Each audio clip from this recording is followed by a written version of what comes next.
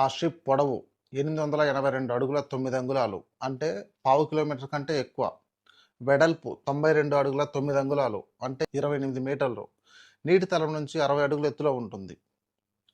3547 మందిని మోయగలిగే సత్తా తన సొంతం. ఒక క్రూ మెంబర్సే 900 మంది ఉంటారు. అప్పట్లో ఆ షిప్ విలాసంలోనూ సౌకర్యంలోనూ నెంబర్ 1 ప్లేస్లో ఉండేది. ప్యాసింజర్స్ కోసం షిప్లోనే swimming pool, gym, Turkish bath, libraries, పిల్లలు పెద్దలు ఆడుకోవడానికి స్క్వాష్ కోర్ట్స్, ప్రపంచ ప్రఖ్యాతిగాంచిన ఫుడ్ కోర్ట్స్ అవైలబుల్లో ఉండేటివి. బ్యూటిఫుల్గా డెకరేట్ చేసే లైటింగ్ సిస్టమ్, నీటి ఆవిరితో నడిచే జనరేటర్లు, 1500 వాట్ల శక్తివంతమైన రేడియోస్, 24x7 షిప్స్ ప్రకారం పనిచేసే సిబ్బంది, ఆ షిప్ స్పెషాలిటీస్. అదే ద టైటానిక్. ఆ రోజు బుధవారం, ఏప్రిల్ 10, 1912. ఆ నౌక బయలుదేరుతూ దాని స్థానం నుంచి ముందుకు కదిలింది. ఆ నౌకకున్నటువంటి అతి శక్తివంతమైన ప్రొపెల్లర్లు విడుదల చేసిన శక్తి వలన పక్కనే లంగర్ వేసి ఉన్న మరొక నౌక, న్యూయార్క్ లైనర్, కట్లు తెంచుకొని సుమారు టైటానిక్ 4 అడుగుల దూరం వరకు వచ్చింది. Titanic ship white star liner అనే సంస్థ కోసం హార్లాండ్ అండ్ వోల్ఫ్ అనే షిప్ నిర్మాణ సంస్థ తయారు చేసిన 3 నౌకల్లో ఒకటి టైటానిక్. 1912లో దాన్ని మొట్టమొదటిసారిగా ప్రవేశపెట్టినప్పుడు ప్రపంచంలో కల్లా అతిపెద్ద ప్రయాణ నౌక. దాని మొదటి ప్రయాణంలోనే ఏప్రిల్ 14, 1912వ తేదీన ప్రమాదవశాత్తు ఒక మంచుకొండను ఢీకొని సముద్ర గర్భంలో కలిసిపోయింది. ప్రపంచంలో అతిపెద్ద అండ్ ఘోరమైన షిప్ డిజాస్టర్ ఇదే. ఈ ప్రమాదంలో సుమారు 1500 మంది ప్రజలు చనిపోయారు. ఈ ప్రమాదం వలన ఇది అత్యంత అపకీర్తిని మూటకట్టుకోవడమే కాకుండా చరిత్రలో అత్యంత దురదృష్టకరమైన సంఘటనలో ఒకటిగా మిగిలిపోయింది. టైటానిక్ షిప్ నిర్మాణం కోసం అత్యాధునిక పరిజ్ఞానాన్ని వినియోగించడం వలన అది మునిగిపోవడం అసాధ్యమని అందరూ నమ్మేవారు. కానీ ఆ అత్యాధునిక పరిజ్ఞానం, అనుభవజ్ఞులైన సిబ్బంది వీరెవరు ఆ షిప్ని మునిగిపోకుండా కాపాడలేకపోయారు.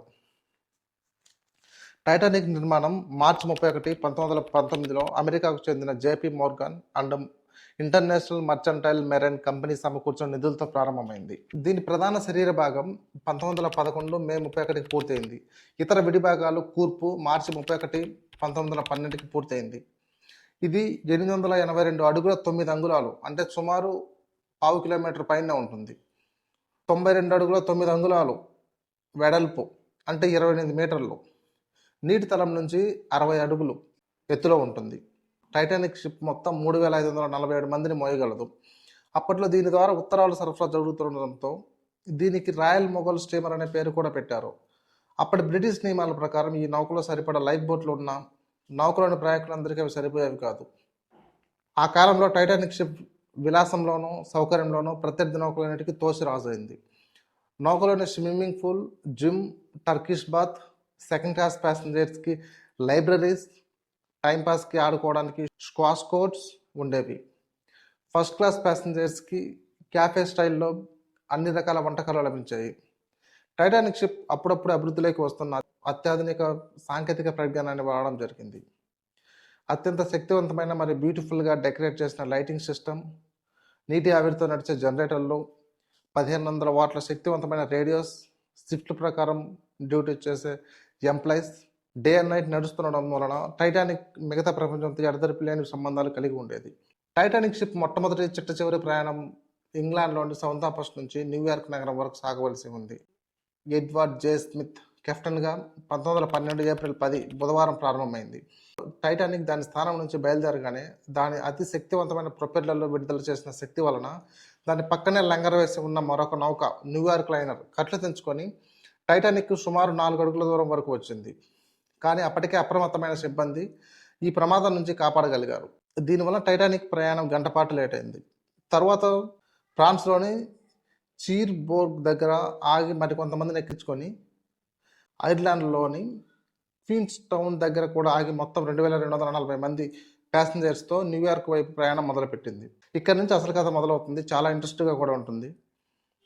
ఫ్రెండ్స్, ఒక లాంగ్ వీడియో చేసేకి నాకు 7 నుంచి 10 రోజులు పడుతుంది. కానీ నాకు అనుకున్నంత స్థాయిలో మీ సపోర్ట్ రావట్లేదు. దయచేసి ఈ వీడియోస్ని లైక్ చేసి మీ ఫ్రెండ్స్ అండ్ ఫ్యామిలీస్కి షేర్ చేయండి. దానివల్ల ఇంకొద్దిగా రీచ్ ఎక్కువగా ఉంటుంది, నాకు ఎంకరేజ్మెంట్గా కూడా ఉంటుంది. ప్లీజ్. 1912 ఏప్రిల్ 14 ఆదివారం రాత్రి. చలికి దాదాపుగా గడ్డకట్టుకుపోయే -డిగ్రీ టెంపరేచర్. సముద్రం నిశ్చలంగా ఉంది. చంద్రుడు కనిపించడం లేదు. ఆకాశం నిర్మలంగా ఉంది. గత కొద్ది రోజులుగా మంచు కొండల గురించి వైర్లెస్ ద్వారా సమాచారం అందుకుంటున్న షిప్ కెప్టెన్ స్మిత్ షిప్ను కొద్దిగా సౌత్ వైపు మళ్లించమని సిబ్బందిని ఆదేశించాడు. ఆ రోజు మధ్యాహ్నం 1:45 సమయానికి అమెరికాని స్టీమర్ టైటానిక్ వచ్చే దారిలో భారీ మంచు పర్వతాలు ఉండవచ్చని చేసిన హెచ్చరికలు దురదృష్టవశాత్తు నౌకను కంట్రోల్ చేసి బ్రిడ్జ్ గదికి చేరలేదు. అదే రోజు ఈవినింగ్ మొషాబా అనే నౌక నుంచి వచ్చిన అలాంటి హెచ్చరికలు కూడా నియంత్రణ గదికి చేరలేదు. రాత్రి 11:40 సమయంలో టైటానిక్ న్యూ ఫౌండ్ ల్యాండ్స్ ఉత్తర అమెరికా సమీపంలో ఉండే ఒక పెద్ద ద్వీపం దగ్గర గ్రాండ్ బాక్స్ అంటే సముద్రం లోపల ఉండే పీఠభూములు లాంటి ప్రదేశాల్లో ప్రయాణిస్తుంది. టైటానిక్ షిప్కి ముందుగా దాని దారిలో పయనిస్తూ సమాచారాన్ని అందిస్తూ హెచ్చరికలు చేస్తూ వెళ్లే ఫ్రెడరిక్ ఫ్లీట్ రెజినాల్డ్ లీ టైటానిక్ ఎదురుగా పెద్ద మంచు పర్వతాన్ని కనుగొన్నారు. ఫ్లీట్ కుడివైపు మంచు పర్వతం ఉందని చెప్తూ బ్రిడ్జ్ గదికి వెళ్లే గంటను మోగించాడు. నౌకాధికారి ముర్డోక్ ఉన్న ఫలంగా షిప్ని ఎడం వైపుకు మళ్లించమని ఆదేశించాడు. ఇంజిన్ ఒక్కసారిగా ఆగిపోయి తిరిగి మళ్ళీ ప్రయత్నం ఆరంభించింది. కానీ అప్పటికే జరిగిపోవాల్సిన నష్టం జరిగిపోయింది. టైటానిక్ మంచు పర్వతాన్ని గుద్దుకోవడం అనివార్యమైంది. అలా గుద్దుకోవడం వల్ల షిప్ కుడి భాగం 300 అడుగుల పొడవు మేరకు నౌక ప్రధాన భాగం రాపిడికి గురై నిర్మాణాలు వాడిన రివైడర్లు బయటపడ్డాయి. సముద్రపు నీరు ముందు భాగపు గదులను నింపేస్తుండడంతో వాటి తలుపులు వాటంతా అవే మూసుకుపోయాయి. 4 కంపార్ట్మెంట్స్ నీటితో నిండిపోవడం ప్రారంభించాయి. ఈ విధంగా మునిగిపోవడం వల్ల నీరు పైన ఉండే కంపార్ట్మెంట్స్లో కూడా నీళ్లు ఎగదన్నాయి. ప్రమాదాన్ని గుర్తించిన కెప్టెన్ స్మిత్ బ్రిడ్జ్ గదికి వచ్చి నౌకను పూర్తిగా ఆపేయమని ఆదేశించాడు.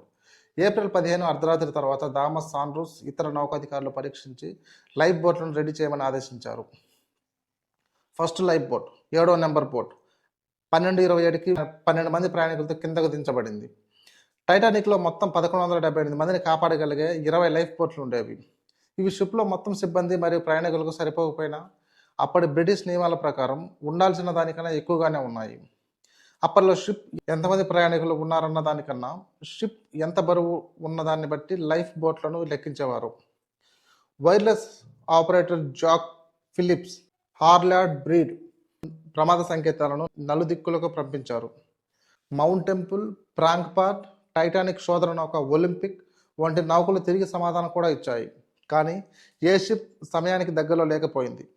అన్నిటికన్నా దగ్గరలో ఉన్న నౌక పూనాట్ లైనర్కి చెందిన కర్పతీయ 50 కిలోమీటర్ల దూరంలో ఉంది. కానీ అది ప్రమాద స్థలానికి చేరుకునేటప్పటికే చాలా ఆలస్యం అయిపోయింది. టైటానిక్ పంపించిన అపాయ సంకేతాలు అందుకున్న ఏకైక భూతల వైర్లెస్ స్టేషన్ న్యూ ఫౌండ్ ల్యాండ్లో గల క్యాప్రెస్. టైటానిక్ మునిగిపోయిన కొద్ది కాలానికి దాని శకలాలను కనుగొనాలని, కుదిరితే దాన్ని సముద్ర గర్భం నుంచి బయటికి తీయాలని ఆలోచనలు చేశారు. కానీ సెప్టెంబర్ 1985 వరకు అవి ఏవి కార్యరూపం దాల్చలేదు.